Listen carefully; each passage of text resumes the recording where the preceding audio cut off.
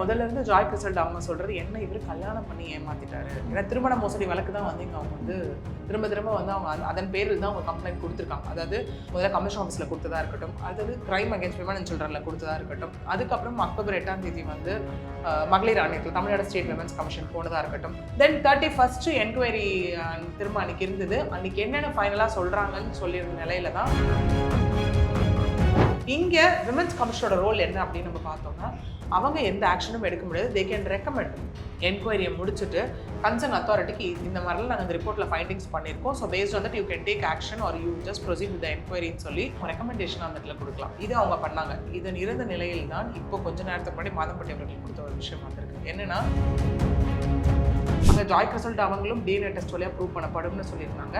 இங்கே இவரும் என்னோட குழந்தையான எனக்கு சந்தேகமாக இருக்குது அப்படின்னு சொல்லிட்டு டிஎன்ஏ டெஸ்ட்டு ப்ரூவ் பண்ணணும்னு சொல்லியிருக்காரு. இப்போ இருந்ததுன்னா இம்மீடியட்டாக அது ப்ராசஸிங் ஆரம்பிச்சு டிஎன்ஏ டெஸ்ட் அப்படிங்கிற ஒரு விஷயம் நடக்கும். ஸோ சூன் என்ன மிரட்டி தான் திருமணம் செஞ்சுக்கிட்டாங்க அப்படின்னு சொல்லி ஒரு விஷயம் சொல்லியிருக்காரு இல்லையா? அப்படி மிரட்டி திருமணம் செஞ்சுக்கிட்டாங்கன்னு அவர் சொன்னார்னா அதை இவர் ப்ரூவ் பண்ணுவாங்க. மிரட்டி கல்யாணம் பண்ணுறவங்க யாரோ ஃபோட்டோ போஸ்ட் கொடுக்க மாட்டாங்க. அதுக்கு முன்னாடி இவ்வளோ ஜாலியாக வெளில போகிறது வரது எதுவுமே இருக்காது. அதெல்லாம் பட் அவர் தொடர்ந்து பண்ணிக்கிட்டு தானே இருந்தார். பர்த்டே ஒன்றா செலிப்ரேட் பண்ணியிருக்காங்க, ஒன்றா அப்ரோட் போயிருக்காங்க, எல்லாமே இருக்குது அப்படிங்கும்போது ஒரு ஒய்ஃபாக கண்டிப்பாக உங்களுக்கு அந்த டவுட் வந்திருக்கும், வராமலாம் இருந்திருக்காது, வாய்ப்பே கிடையாது. ஓகே, அது எப்படி அவங்க மேனேஜ் பண்ணாங்க? நிஜமாவே ஒரு ரொம்ப ஸ்மார்ட்டாக ஏமாத்திட்டு இருந்தாரானும் ஒரு விஷயம் இருக்குது. ஓகே, அதர்ஸ் நவம்பர் 7 முதல் உங்கள் அபிமான திரையரங்குகளில். சௌபாக்யா home and kitchen appliances. Everest easy chef ஆகுங்கள் சில நிமிடங்களிலேயே. குமுதம் ரிப்போர்ட்டர் நேயர்களுக்கு வணக்கம். நான் தீபிகா நடராஜன். இன்னைக்கு நம்ம கூட அட்வொகேட் பிரியதர்ஷினி அவர்கள் இருந்திருக்காங்க. வணக்கம். வணக்கம். ஜாய் கிறிசல்டா நிறைய அப்டேட்ஸ் வந்து அவங்கள பற்றி பார்த்துட்டு இருக்கோம். கடந்த சில நாட்களுக்கு முன்னாடி அவங்களுக்கு ஒரு ஆண் குழந்தை பிறந்ததை ஒட்டி மாதம்பட்டி ரங்கராஜ் அதை ஒப்புக்கொண்டாரு அப்படிங்கிற மாதிரியான செய்திகள் பார்க்க முடியுது. ஆனால் இன்னைக்கு காலையில் வந்து அவர் இல்லை, நான் அப்படியெல்லாம் ஒன்றும் ஒத்துக்கலை, டிஎன்ஏ டெஸ்ட்டுக்கு தயாராக இருக்கேன் அப்படின்னு சொல்லியிருக்காரு. என்ன நடந்துக்கிட்டு இருக்கு இந்த கேஸில்? ஐ திங்க் லைக் இந்த கேஸ் முதல்ல ஸ்டார்டிங்லேருந்து பார்க்கும்போது எல்லாருக்குமே ஓரளவுக்கு என்ன ஃபேக்ட்ஸ் என்னன்றது தெரியும்னு நினைக்கிறேன். ஏன்னா டே டு டே வந்து ஃபாலோ பண்ணக்கூடிய ஒரு விஷயமா தான் இருக்குது. ஓகே, இன்னொன்று மோர் தென் தட், இது வந்து லா பிளாட்ஃபார்முக்கு வந்த ஒரு கட்டாயத்தினால தான் நம்ம இங்கே பேச வேண்டிய ஒரு நிலைமையில் இருக்கும். இல்லைனா people like use to ask என்னன்னா, அடுத்தவங்க குடும்பத்தில் நீங்கள் ஏன் கொஸ்டின் பண்ணுறீங்க, ஏன் அப்படி பண்ணுறீங்க அப்படிங்கிற மாதிரியெல்லாம் இருக்குது.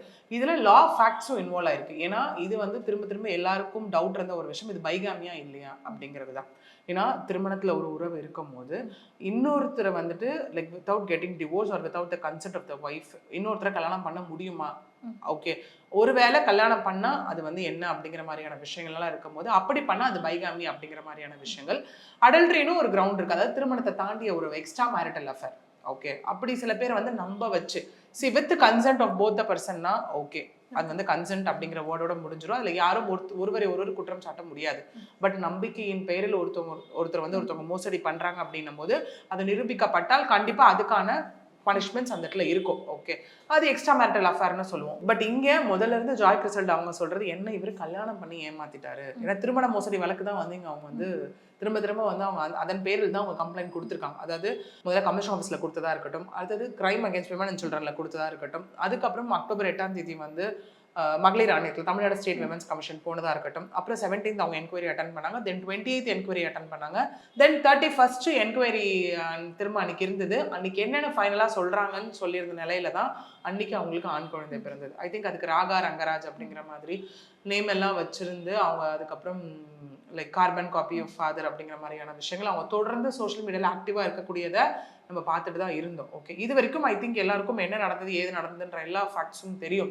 ஏன்னா ஃபர்ஸ்ட் அவங்க கமிஷன் ஆஃபீஸில் கம்ப்ளைண்ட் கொடுத்தாங்க. அதுக்கப்புறம் அடையார், திருமான்மியூர், நீலாங்கரை எந்த ஜூரிஸ்டிக்ஷன் போனாலும் எங்கள் ஜூரிஸ்டிக்ஷன் இல்லைன்னு சொல்லி எங்களை திரும்ப அனுப்புறாங்கன்னு சொன்ன விஷயமா இருக்கட்டும். ஓகே, அதை தாண்டி அதுக்கப்புறம் இங்கே எதுவுமே ஆக்ஷன் இல்லைன்னா நாங்கள் கிரைம் அகேன்ஸ்ட் விமன் அண்ட் சில்ட்ரனுக்கு போனோம். அங்கேயும் இல்லைன்னு தான் நாங்கள் மகளிர் ஆணையத்துக்கு வந்திருக்கோம். அப்படிங்கிற மாதிரியான விஷயங்கள் எல்லாமே அடுத்தடுத்த கட்டம் நோக்கி போயிருந்துட்டு தான் இருந்தது. மீன்வைல் அவங்க ஒரு பக்கம் சோஷியல் மீடியாவில் வந்துட்டு அவங்க எடுத்துக்கிட்ட ப்ரைவேட் ஃபோட்டோஸ், வீடியோஸ் எல்லாமே அவங்க ஒரு பக்கம் வித் கேப்ஷன்ஸ் அந்த மாதிரி எல்லாமே அவங்க குழந்தைய வச்சும் லைக் போட்டுட்டு ஹலோ ஹஸ்பண்ட் டேடிங்கிற மாதிரி எல்லாமே இருந்தது. அதுக்கப்புறம் அந்த நிலையில என்ன பண்ணாரு, மாதம்பட்டி அவர்கள் வந்துட்டு ஹைகோர்ட்ல ஒரு டிஃபமேஷன் கேஸ் சிவில் சூட்டுமே போட்டிருந்தார். இந்த மாதிரியான விஷயங்கள் இருக்கு, எனக்கு வந்துட்டு இந்த மாதிரி 12 நாள் 15 கோடி எனக்கு லாஸ் ஆயிருக்கு, ஸோ அதுக்கான இழப்பீடு கொடுக்கணும், அவதூறு பரப்புறதும் அவங்க வந்து தடுக்கணும். அதாவது நான் ஒன் ஆஃப் த பார்ட்னரோட மாதம்பட்டி தங்கவேல் லிமிடெட்ல இந்த மாதிரி லாஸ் ஆகிட்டு இருக்குன்னும் போது கோர்ட் அகைன் அதை வந்து நிராகரிச்சுட்டாங்க, தள்ளுபடி பண்ணிட்டாங்க. ஓகே, அந்த மாதிரியான ஒரு விஷயங்கள். அப்புறம் அவர் ஒரு அறிக்கை விட்டிருந்தார். என்ன அறிக்கை விட்டிருந்தாருன்னா, அவுட் ஆஃப் த கோர்ட்டில் வந்து செட்டில்மெண்ட்டுக்காக எதிர்பார்க்குறாங்க, பட் அது நடக்க போகிறது இல்லை அப்படின்னோடனே அதுக்கு இவங்களும் சொல்லியிருந்தாங்க, ஹலோ ஹஸ்பண்ட்ன்ற மாதிரி போட்டு சட்டப்படி எல்லாமே பண்ணிட்டு தான் இருக்கு, நீங்கள் முதல்ல போலீஸ் ஸ்டேஷனுக்கு வாங்க அப்படிங்கிற மாதிரி இவங்க பேசியிருந்தாங்க.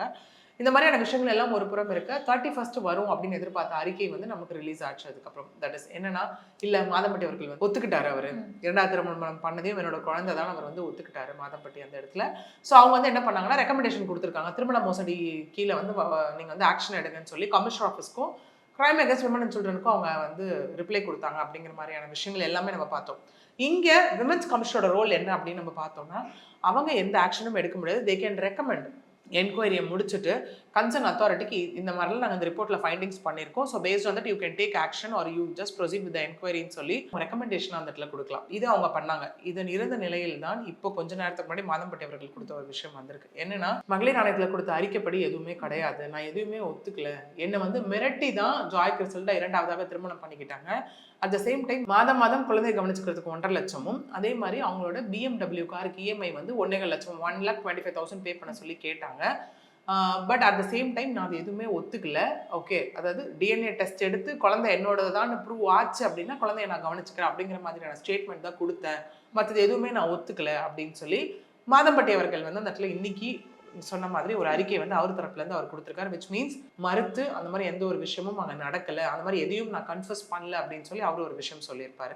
இதற்கிடையில தான் போன வாரம் 31ஆம் தேதிக்கு முந்தின நாள் வந்துட்டு இவங்க குடும்ப நல நீதிமன்றத்தை அணுகியிருந்தாங்க. ஜாய் கிறிஸ்டல்டா அணுகி எனக்கு மாதம் 6 லட்சம் ரூபாய் வந்து மந்த்லி மெயின்டெனன்ஸ் கொடுக்கணும் அப்படின்னு அவங்க போட்டிருந்தாங்க. அவங்க 6 லட்ச ரூபா கேட்டதை பார்த்து நிறைய பேர் அங்கே கேள்வி எழுப்பியிருந்தாங்க, இவங்க எப்படி பிளைண்டா 6 லட்ச ரூபா கேட்பாங்க, அப்போ பணத்துக்காக தான் இவங்க எல்லா விஷயமும் செஞ்சாங்களா அப்படிங்கிற மாதிரியான கேள்விகள் எல்லாமே அந்த இடத்துல இருந்தது.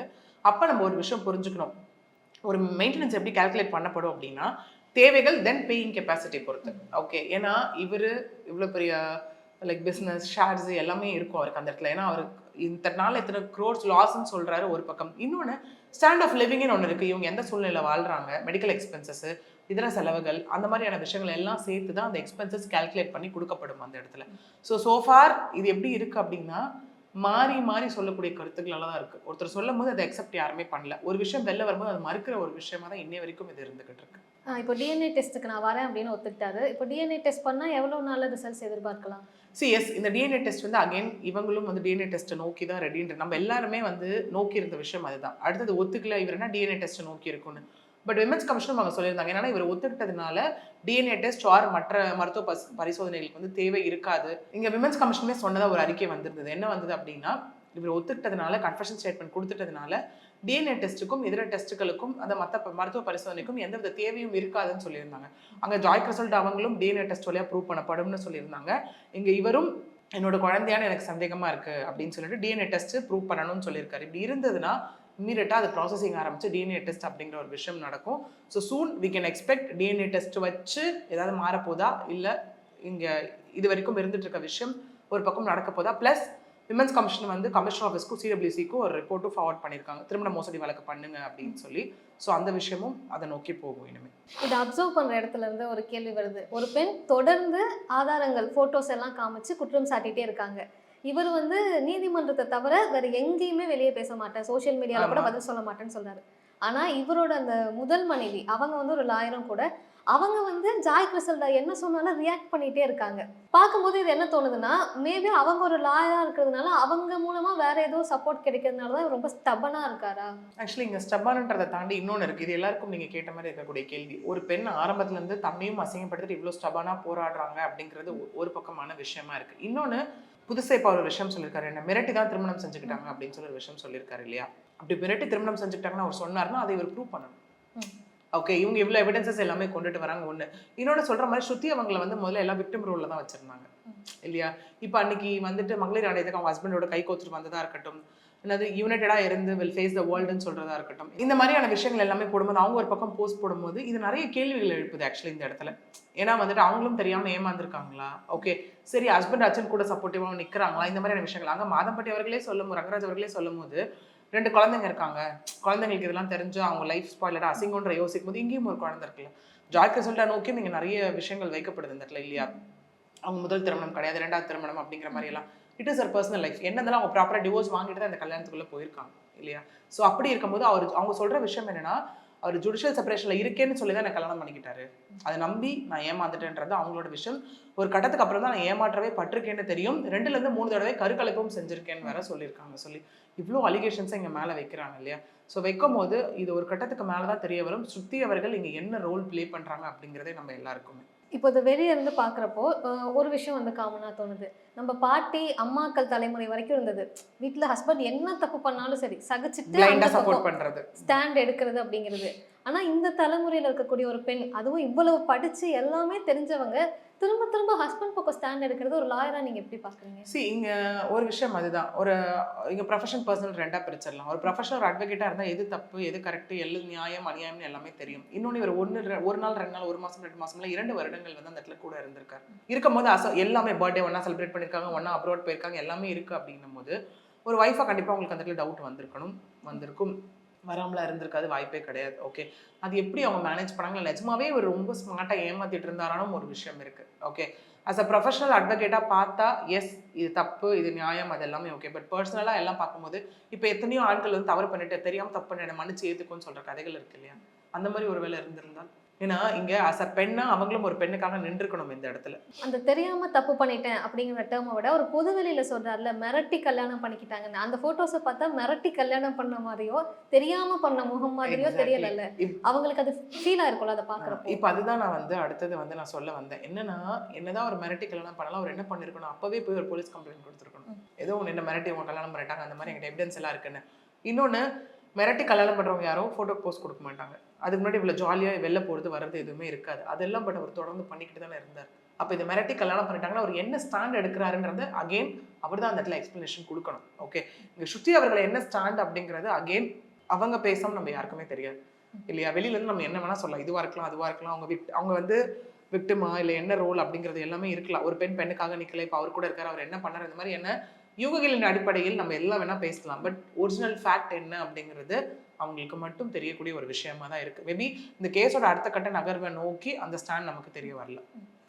பொதுவாக வந்து எனக்கு இவ்வளோ பணம் வேணும் அப்படின்னு டிமாண்ட் பண்ணுறாங்கல்ல, அந்த பணத்தை நான் அஃபோர்ட் பண்ணுறேன் பண்ணலைங்கிறது வேற, ஆனால் கொடுக்க மாட்டேன் அப்படின்னு சொல்லி ஒருத்தங்க சொன்னாங்க அப்படின்னா என்ன மாதிரியான லீகல் இஷ்யூஸ் எல்லாம் அவங்க ஃபேஸ் பண்ணுவாங்க? எக்ஸாக்ட்லி. இப்போ இது கேட்குறாங்க, மெயின்டெனன்ஸ் தான் கொடுக்க மாட்டேன்னு யாராலையும் சொல்ல முடியாது.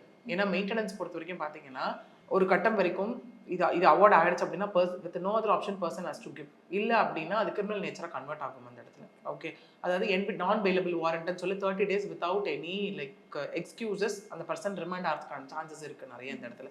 திரும்ப வெளில வந்து அவர் கொடுக்கலன்னா திரும்ப அதான் நடக்கும். ஓகே, அந்த மாதிரி மெயின்டெனன்ஸ்னு ஒரு அமௌண்ட் இல்லை அவார்ட் பண்ணுறாங்க அப்படின்னா அந்த அமௌண்ட்டை கண்டிப்பாக அந்த பர்சன் கொடுத்தே ஆகணும் on proving all the facts. மகளிர் ஆணையமும் வந்து ரொம்ப கடுமையான நடவடிக்கை எடுக்கணும் அப்படின்னு தான் பரிந்துரைச்சிருக்காங்க. இன்கேஸ் டிஎன்ஏ டெஸ்ட் முடிஞ்சு இவர் தான் தந்தை அப்படின்னு நிரூபிக்கப்பட்டா என்ன மாதிரியான ஆக்ஷன்ஸ் எதிர்பார்க்கலாம்? எஸ், இங்கே டிஎன்ஏ செக்ஷனில் ஒரு வேலை கம்ப்ளைண்ட்ஸ் அப்படி இப்படின்னு வந்ததுன்னா அகைன் அவர் பைகாமின்னு ஒரு விஷயம் பண்ணியிருக்காரு. அதாவது முதல் திருமணம் இருக்கும் போது 2வது திருமணம் பண்ணியிருக்காரு. 2வது வந்து என்ன அப்படின்னா இவங்க சொல்கிறாங்க 2-3 வாட்டி ஆல்ரெடி அபார்ட் பண்ணியிருக்காரு, என்னை வந்து அடிச்சிருக்காரு, அந்த மாதிரியான விஷயங்கள் எல்லாம் சொல்லும் போது பிஎன்எஸ்ல சில செக்ஷன்ஸ் அட்ராக்ட் ஆகும். செக்ஷன் 69, 81, 83, 82, 90, 115 இது எல்லாமே இந்த இடத்துல அட்ராக்ட் ஆகும். அட்ராக்ட் ஆகும்போது இது பைகாமி இருக்குது, அபார்ஷன் இருக்குது இந்த இடத்துல. அப்புறம் வந்து என்ன ஆகுது அப்படின்னா பொய் சொல்லி அவங்களை வந்து கல்யாணம் பண்ணுறது. ஓகே, கல்யாணம் ஆயிடுதுன்னு சொல்லி அவங்களோட செக்ஷுவல் இன்டர்கோர்ஸ் வச்சுக்கிறது, இந்த மாதிரியான விஷயங்கள் எல்லாமே இருக்குது. இதுக்கு வந்து பார்த்தீங்கன்னா மேக்ஸிமம் ஆஃப் செக்ஷன்ஸ் கீழே 7, 7, 7, 10, 1ன்றது மேக்ஸிமம் ஆஃப் 10 years வரைக்கும் பனிஷ்மெண்ட் கிடைக்கிறதுக்கும் நிறைய சான்சஸ் இருக்குது. இங்கே நிறைய விஷயங்களை கூட ஷேர் பண்ணிக்கிட்டீங்க. உங்கள் டைமுக்கு ரொம்ப நன்றி. நன்றி. அதர்ஸ் நவம்பர் 7 முதல் உங்கள் அபிமான திரையரங்குகளில். சௌபாக்யா home and kitchen appliances. Everest easy chef ஆகுங்கள் சில நிமிடங்களிலேயே.